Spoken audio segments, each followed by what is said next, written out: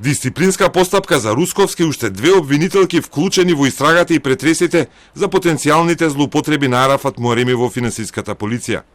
Обвинителството смета дека постојат докази за тешка дисциплинска повреда при истрагата. Одлуката ја донела Комисијата за утврдување на дисциплинска одговорност по предлог на државниот обвинител Јоевски.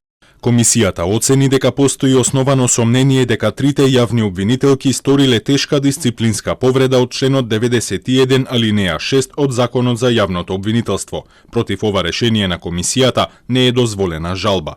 Обвинителката Русковска се уште не го примила известувањето од Комисијата, а веста ја дозна од новинарите во болнички кревет по хируршка интервенција.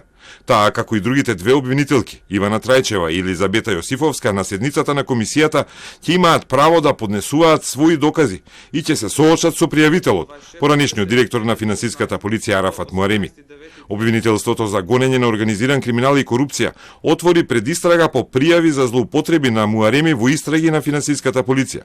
Беше извршен претрес со судска наредба, но Муареми сметаше дека истрагата е тенденциозна и надвор од овластувањата на обвинителите.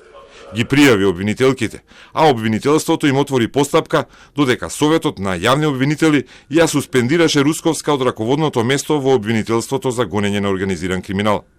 Пред своето сослушување во Советот, Русковска рече дека постапката ќе предизвика обвинителите да се плашат да истражуваат криминал и корупција на функционери. Се уште нема информација до каде е истрагата за Арафат Муареми, а Русковска беше трето пласирана на обвинителските избори за нов шеф на обвинителството за гонење на организиран криминал и корупција.